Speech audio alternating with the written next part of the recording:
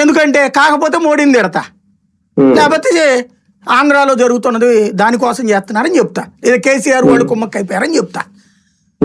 మా అసమర్థతని నీ మీదకు దోసేస్తాం. ఎవడు చేయొద్దన్నాడు నిన్ను ఇంతకాలం. మొన్ననే పాలమూరు గురించి కేసీఆర్ మాట్లాడి అక్కడి నుంచి యాత్ర చేస్తానన్నాడు. అందుకోసం అర్జెంటుగా కథ మార్చడానికి ఆయన ఆడుతున్న నాటకం రేవంత్ రెడ్డి. ఇప్పుడు ప్రాజెక్టులకు నువ్వు పర్మిషన్ తెచ్చుకో, ఎవడొద్దన్నాడు? కట్టిస్తారు పర్మిషన్, నీ హక్కుకి మించి వాటర్ వస్తాయి. అసలే వాటర్ లేదని నువ్వే చెప్తున్నావు కదా. కొత్త ప్రాజెక్ట్ కట్టిస్తారు పర్మిషన్. ఇంకొకటి, ఎవడైనా పోరాడేది కింద ఉన్నోళ్ళతో పోరాడతాడా పైన ఉన్నోళ్ళతో పోరాడతాడా? ఎవరిని మోసాలు చేస్తున్నాడు ఆయన?